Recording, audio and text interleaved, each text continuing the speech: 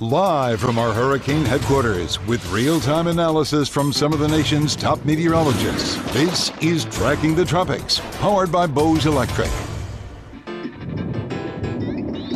Tropical Storm Erin has officially formed with a long runway to strengthen across the Atlantic, but is this a storm for the fishes, or could there be U.S. impacts? We have the latest models on today's special edition of Tracking the Tropics. Welcome into the Stream Center, folks. JB and meteorologist Juliana Mejia here with you. We know that Tropical Storm Erin already generating a whole lot of interest online. What I'm going to be doing here in the Stream Center is monitoring the chat for your questions and comments. So punch in your questions now. You can do so with hashtag HeyJB, hashtag HeyJuliana that you see right there on the left and right sides of your screen. We'll get to your questions in just a moment. But first, obviously, we have a forecast cone. We have the spaghetti model, so we're going to send Juliana over to the wall. And Juliana, I really want to know exactly where this is headed and how strong it's going to be when it actually does make its long journey across the Atlantic. Exactly, and that's a key point there, that this is many, many miles away, thousands of miles away at that. But here's a look at the latest with Tropical Storm Erin having kind of jumped the gun a little bit. You know, we were talking about a tropical depression likely this morning, if not today in general, and now shot up to 45 miles per hour winds. This has been a fairly organized low pressure system from the jump. So Tropical Storm Erin, 45 mile per hour winds, moving due west at 20 miles an hour. And yes, the National Hurricane Center forecast cone does include, in the long run, as we look out to the end of this week and this upcoming weekend, a major hurricane in the forecast.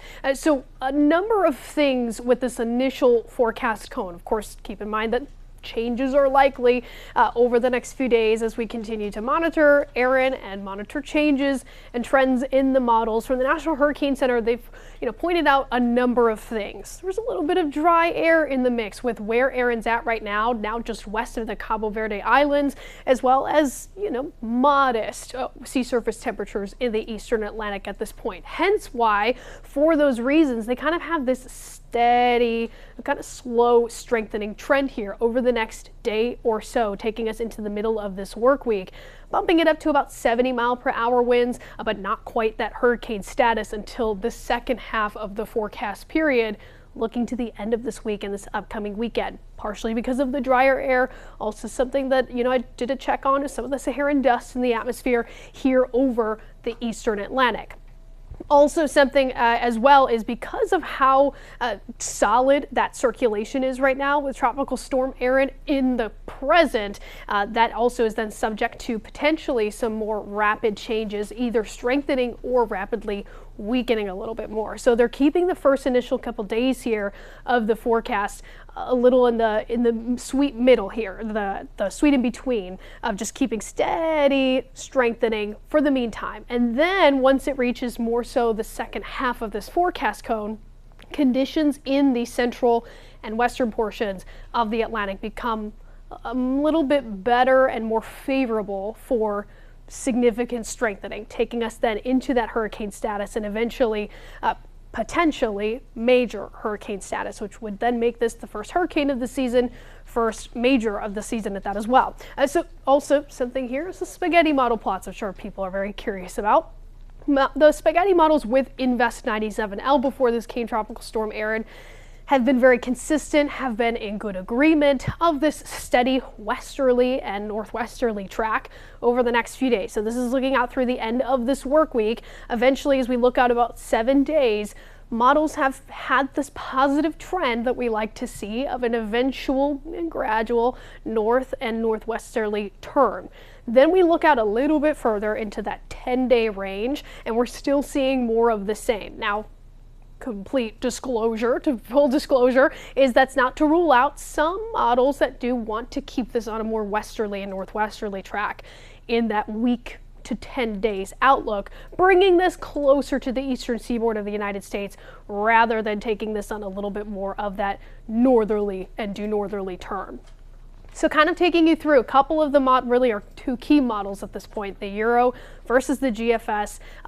Some good similarities, at least with this week outlook, week by week, I mean 7 days outlook, and taking this steadily to the west-northwest. I know this might look frightening, but we have a lot of time to watch this system, and I really try to emphasize that each and every hurricane season, but as of right now as well, the GFS kind of positioning this in a very similar way. We like to see agreement and trends of the models, and that's what we're really still going to be watching. So also comparing the GFS versus the Euro with sea surface pressure, or rather mean sea level pressure, very, very similar, at least as of right now, with that week-long outlook out to next Monday. It's when we start to see more of the 7 to 10 day window where things change a little bit more.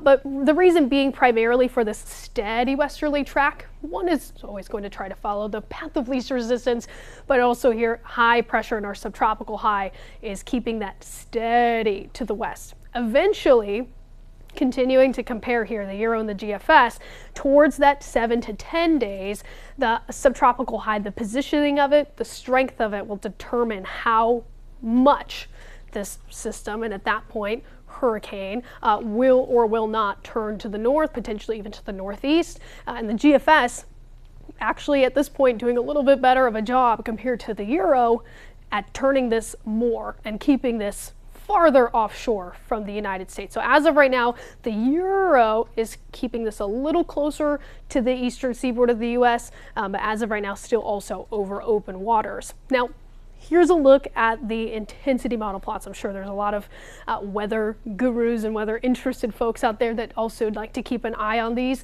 So here's a look. This is the forecast hour here at the bottom. And what this just shows is an idea of what these different models, these are all different kinds of models, are expecting out of the intensity of what is now Tropical Storm Erin. So here in the next day or two, we're likely to then potentially have our first hurricane of the season. Then we're looking out to the next 3.5, 4 days or so when some of these models start to tip over into this Category 3 status, at least many of them likely at that point at least Category 2, if not then our first major of the season. But you can see only a handful of these take it to be that strong. So again, something to monitor for now. Right now, here's a big picture look across the Atlantic Basin with 2 additional other disturbances. This is Invest 96L. This is now a new disturbance here in the Northwest Atlantic. But of course, lots of focus here on Tropical Storm Erin, rightfully so, as these other 2 disturbances are pretty unlikely to develop. But we can talk about that a little bit more here in a moment too. Yeah, so I have an observation and a question. First off, let's just say hello to our Facebook Live and TikTok Live audience that are joining us right now. Let's start there on Facebook Live and just say hello to Mauricio, to Jeffrey, to Patricia. Guys, we're monitoring the comment section. You can use hashtag HeyJB or hashtag HeyJuliana with your question or your comment, and we'll throw you on screen. Saying hello to Carissa, saying hello to Procrastinate. Hello, hello. Yeah, Procrastinate, I like that. like Nathan. Yeah, clever. I like that name. And Sahili Gonzalez saying hello to everybody on the TikTok Live and Facebook Live comment section. So first, the observation, okay? We got a long way to go. This thing's closer to Africa than it is to the United States, and these models are going to shift. They're going to slow down. They're going to speed up. We're going to see a lot of change, no doubt. These are long-range models. But now the question. Guys, in the chat, I'm going to get to your questions if you use hashtag HeyJB or hashtag HeyJuliana in just a moment. But here's my question. If there is model consensus that this is going to make that turn at the end to the north by northwest, are people in the Carolinas up the East Coast, are they getting a little slightly bit, I don't want to say nervous. Nervous isn't the right word, but are they paying closer attention to this than folks here in Florida are paying attention to this? I think that's an entirely fair thing to say. Really, the eastern seaboard of the U.S. just in general. But yeah, I think towards the Carolinas and to the north, but especially, the geography of just the Carolinas sticking out that way as well, it definitely warrants paying a little closer attention. Yeah. I like that you brought up the Euro and the GFS here. Let's sit on this for just a second, because if you've been watching the show, we're in season 7 now of Tracking the Tropics, and if you've been watching the show in previous seasons, you know that the Euro just has a really great long-term projection model in it, and the Euro tends to be I don't want to say always accurate, but it's got a pretty good track record going back to multiple hurricane seasons. And the Euro, as of Thursday morning, that's what this says, has this right off the east coast of the United States. I mean, closer to New York City than it is to Tampa or here in Florida. So again, long range. Yes, this is Thursday the 21st. That's what I was just checking, the date. So this is looking out that 10-day kind of range. So yes, very good point, and plenty of time to monitor and keep yourself in the know. And we talked about this in the midday show with Beth and Stacy. You know, we're always trying to encourage people to stay prepared all season long. So hopefully this is just another one of those examples of we're prepared throughout the season. So, you know, there's no need for raising the alarms because we've got days and days. Also, you know, something to point out and something that is reflected in the National Hurricane Center forecast, and the reason for almost, at least as of right now, kind of the slow progression in their forecast right now is a different variety of factors, but part of that is you can tell how much warmer the Atlantic is right now in the western half of the Atlantic. A lot of dark reds.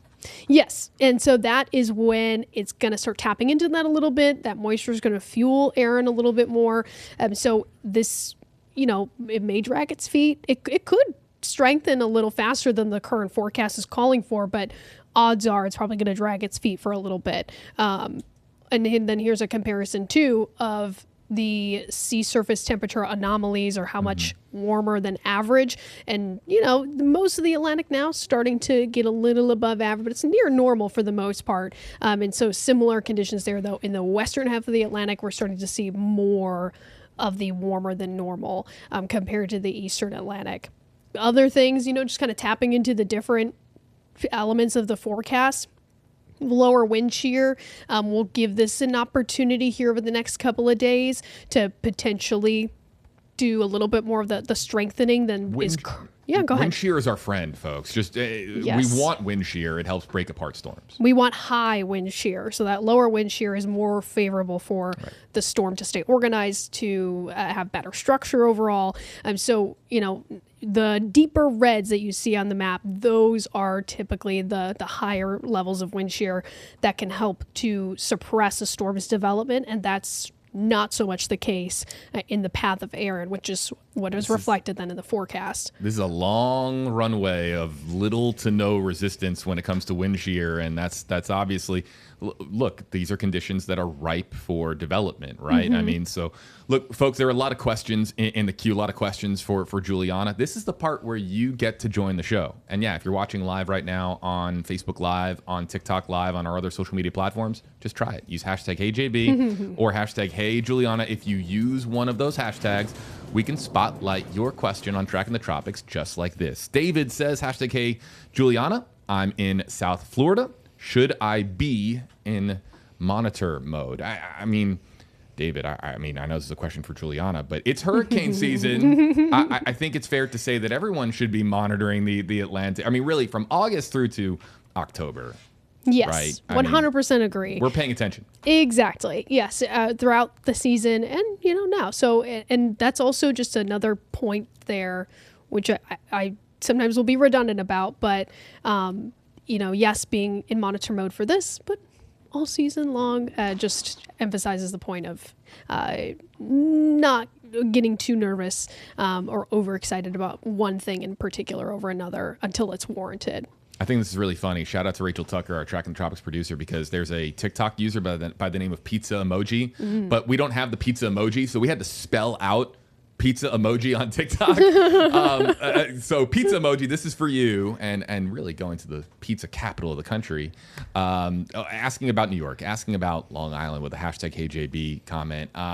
It's really, really, really far out, Juliana, but I mean, what do we say about the Northeast in general here? You know, in general, it's not impossible, but it's also not very likely. And if it were at that point, you know, you're getting into very far northern, the northern extent of the Atlantic where waters get substantially cooler.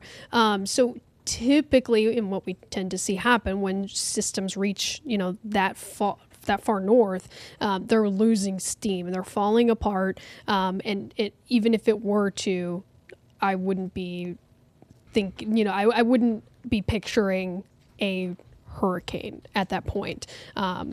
So, it's not impossible to see impacts there. It's not impossible to see, residual weather as a result of the dissipating system, whatever it may be at that point. So yeah, it's a fair question to ask, and hopefully that makes sense. Yeah, but I mean, it's only natural for us to see these types of questions because, I mean, look, the Euro, the GFS, and really most of the spaghetti models have a north sort of curve towards, the northeast of the United States, in their long-range models. But again, once again, long-range models. There is consensus in those long-range models, but tomorrow's Tracking the Tropics, Juliana. Wednesday's Tracking the Tropics. I'm sure we'll have additional episodes as the week goes on. That's where it's going to get, particularly interesting. Let's go back to TikTok. Hi, Tina. Hope you're having a great day. And you might be in Maryland. Shout out to all the folks in Maryland. I used to live in that area. Is it going to hit Maryland or veer back into the ocean? Yeah, I understand asking about a particular location or another, but at this point, we don't even know if it will bring impacts to the United States or not. So just to be frank, it is just too early to know or really even have any true idea of the track looking out beyond a few days. We're solid now understanding and look at the forecast for the next few days, really throughout this week, of where it's going to go. There's good agreement with the models, but then after that, impacts the United States, not impossible, not going to rule it out, but whether or not it takes that turn, how aggressive the turn is, it's too early to know. Again, we're here live with meteorologist Juliana Mejia on Tracking the Tropics. I'm JB Buno, helping to field your questions across social media, including Facebook Live and TikTok Live. Yes, you can have your comment be on the show if you're watching us live right now. Just use hashtag HeyJuliana or hashtag HeyJB, and we can bring you up with the tap of the touchscreen here. Like John, and John has a weather question. Hey, Juliana, is the low coming down from the north going to help push the storm back into the Atlantic? Is that generally how things are working here? Is John onto something? I understand the question. I assume he's talking about the other two disturbances, Invest 96L, and then this new disturbance just off of the northeast United States, parts of Canada. I don't think, because they will be all tracking essentially to the north, if not to the northwest a little bit. So they're not necessarily going to hinder the path of Erin, especially given how far south Erin is. It's not anywhere near these lows. So I completely understand the question and wondering, but unfortunately, no, I don't think these will have any impact on the track or the progression of Erin. How about, we're getting a lot. See, now if we bring it sort of to that middle ground between New York and Florida, Rooster on TikTok wants to know if it could hit Myrtle Beach. I mean, we were talking about the Carolinas a little bit earlier. It's too early to say that the entire East Coast should be monitoring this, but at the same time, maybe just paying a little bit of closer attention to the tropics than you otherwise would, right? I'm trying to find the best way to describe this. Yeah, it's an in-between of, it's almost like casual, I guess. Casual monitoring. Checking your phone, checking, what your local meteorologist is saying. But don't freak out. It's not like I'm waking up first thing in the morning. What's going on? Because I'm going to say it so many times, we have so much time. This is 1 week away, and to point that out, next Monday, this is still going to be over the open waters of the Atlantic. So I understand asking if it's going to hit one place or another. It's just too early. Lucinda on TikTok wants to know, hashtag Hey Juliana, when is it supposed to reach land? And I'm glad that you asked this question, Lucinda, because there's a chance this never touches land. Mm-hmm. I mean, there's a chance this curves out to sea, and by the time that any remnants of this even reaches land, it's not even a tropical depression anymore. It's post-tropical at that point. But again, can we just talk, I guess, sort of scheduling for a second? So pay attention close to the timestamp in the center of your screen. Juliana, feel free to advance this out as far as it can go. Yeah, that's what I actually wanted to. I thought I had one that did, but let's just bring out, I'll bring this one back for now. Sure, yeah. So here's Wednesday, Thursday. Okay, this is Thursday morning, and we're not even over land yet. So, I mean, again, long runway. Yes. Let me see here. Actually, I can bring this, at least, the spaghetti model plots, to show you, the even longer range now. Yes. So this is Monday. This is what, next Monday, the 18th? And then this is Thursday. So that's that same Thursday. And, still a lot of these do keep this away from land and not reaching land. It's 10 days out. Now, I say mainland United States because there is Bermuda technically right next to one of those spaghetti plots. So Bermuda, this is warrants watching for those areas. But today's Monday. This isn't this coming Thursday. This is the following Thursday. This is 10 days out, and it's still, in the Atlantic. Yes. I mean, according to many of these models. Yes. And you can look closely. There's a couple of those plots that, stay steady and want to keep this on a more westerly track than others. So it's truly, it's just going to be watching the trends. Luckily for days now, since we've had the Invest 97L, the trends have been positive and the trends have been pointing to an eventual turn. All right, so we have 5 minutes left in the Q&A. I'm going to ask our producer, Rachel Tucker, to keep them coming fast. We're going to do rapid fire. Can we do rapid fire? We can do that. All right, let's do rapid fire. Amanda wants to know on TikTok Live, hey, Julian, I'm traveling to Punta Cana on August 17th. Am I still going to be able to go? I don't see why not. I think again, August 17th, even just in general, geography-wise, if I'm thinking of Punta Cana correctly, you should be fine. But then again, this is going to be still over the open waters of the Atlantic. So answer is yes. Livy on TikTok wants to know, #HeyJB, what are the chances of it making that turn to Florida that some of the models are showing? I mean, have we seen any models that show this actually, staying on that south trend? Just a few, but as we were looking at our key models, the Euro and the GFS as of right now are not, at least the deterministic Euro and GFS. But yeah, some models out there are keeping this farther to the south. So it's not to rule it out, but it's not looking likely. So to answer Shelly on Facebook Live, hey JB, is this going to miss Florida? I mean, look.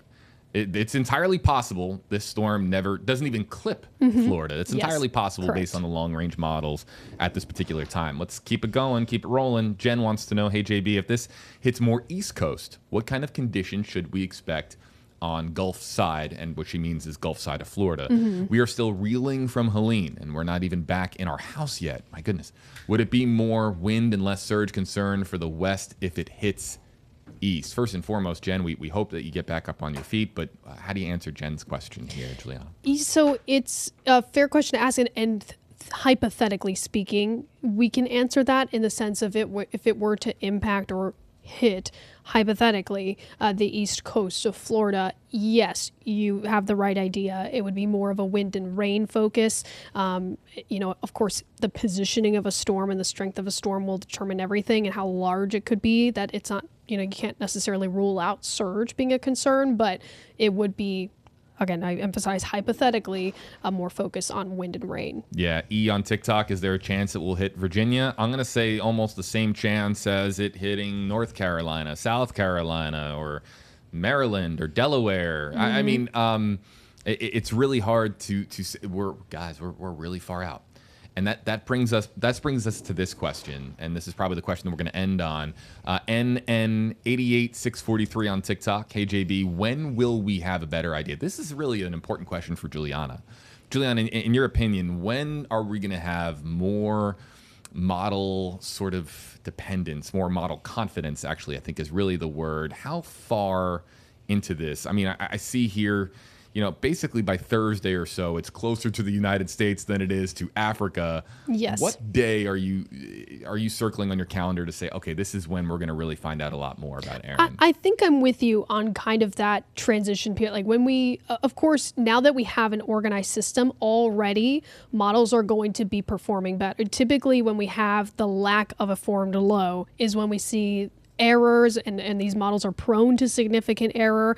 Once we get a closed low and typically a named storm, that's when models really start to do a lot better and handle things a lot better. So already we can, kind of confidently look at the forecast throughout a few days, 5 to 7 days, and have a confident idea for the most part. But then it's all about time. So looking to Thursday, looking to Friday, when we start to see that at that point, potentially a hurricane, not only is then the intensity going to support better model performance, but also it's just the time.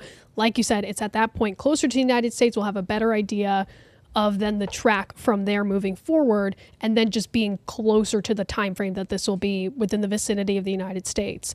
So the end of this week, this upcoming weekend, and I think is a reasonable time to then really be looking a little closer at the track, and we'll have a more confident say about the track. Well, we're going to be back in 23 and a half hours from now, folks. Tracking the Tropics, our regularly scheduled episode. It's Tuesdays at 12:30, and then we have additional episodes like this when it calls for it, when we have something like Tropical Storm Erin form in the Atlantic and people asking a whole lot of questions on social media. A really good opportunity for us to kind of clear the air, pun not intended, about what is actually going on with the systems that we're tracking on this program. So we're going to be back tomorrow, 12:30 Eastern, 11:30 Central. If you're watching on WFLA's app on your smart TV, if you're watching on Facebook Live, if you're watching on, we're going to try to do some YouTube streaming this week as well. TikTok, we're going to be back here for you as well. But the point of this program is to take the expertise of our meteorologists and put it right in the palm of your hands through asking questions, live Q&As like the one that we've done with Juliana over the last 20 minutes or so. So I'd like to thank Juliana Mejia, WFLA Max Fender 8 meteorologist here in Tampa, Florida. We'll be talking a whole lot more about Tropical Storm Erin, likely to become Hurricane Erin as the week develops. For everybody watching, wherever you're watching from, thanks so much for joining us. We'll see you tomorrow, 12:30 Eastern, 11:30 Central. See you, folks.